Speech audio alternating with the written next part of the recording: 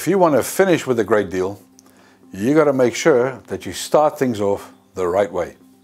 My name is Potgieter, founder of JPA. Here at JPA, we're expert business negotiators who help professional buyers and sellers to gain the clarity, confidence, skills and tools that they need to blast past their objectives. So when it comes to setting up your negotiation in such a way that you're going to maximize the likelihood of you reaching your objectives, there's one critical concept that you need to understand and that you really need to master, and that's the concept of framing. And we literally mean it's like a picture frame. So a picture frame both contains as well as constrains the subject matter, right? So it both contains the picture, but it also surrounds the picture. So when we talk about the concept of framing, what we mean is that we control the perspective through which people see the subject matter, right? So I could start a negotiation either with a strong frame or a weak frame.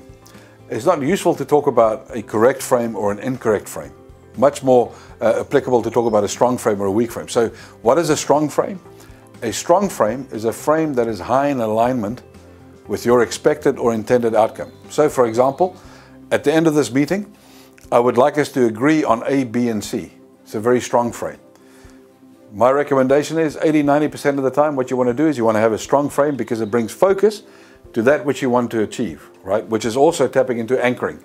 Anchoring is a key piece of framing, and we'll get to that in 1 second. Sometimes, however, you want to use a weak frame.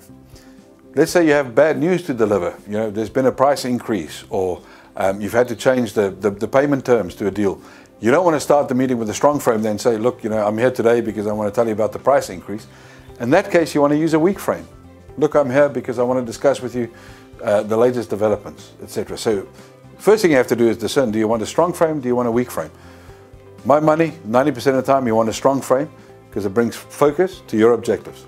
Second point that you want in there, if you want to start strong, is you want to anchor the perspective of your counterpart, right? Communication is all a game of perception, right? It's your perception that dictates your reality, right? My intent has nothing to do with it. So the quality of my communication is measured by how you understand what I say, not by what I intend to say. So what that means is I need to manage your perception to make sure that you accurately understand what it is that I'm trying to communicate. Now, this means that I have to make reference to anchors in my negotiation. I have to bring focus. If I want us to have a collaborative exchange, I should say that this negotiation is about being collaborative. I should state clearly what my objectives are. We've spoken in some of the other resources that we've available for you to view. We've spoken about how to make offers. And we want to make sure we always bring focus. We want to anchor the objectives from a perspective of our aspirations, of our ideal outcome. So if we want $100 for something, we want to create an anchor, maybe even in that frame up front, of $105 as the expected outcome, because that of course is going to enable us to be able to make concessions, right? And if we make concessions, the rule of reciprocity says that our counterpart is most likely to respond by also making concessions in return. But it's very key that you take away these two things. If you want to finish strong, you have to start strong. So you have to start with a frame that is high in its alignment with your expected outcome, and you've got to make sure that you seed it with anchors.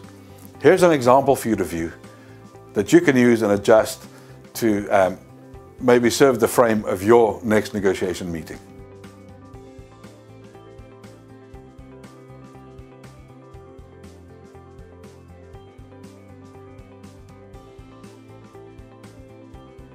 I hope this is helpful to you, and this is to your success.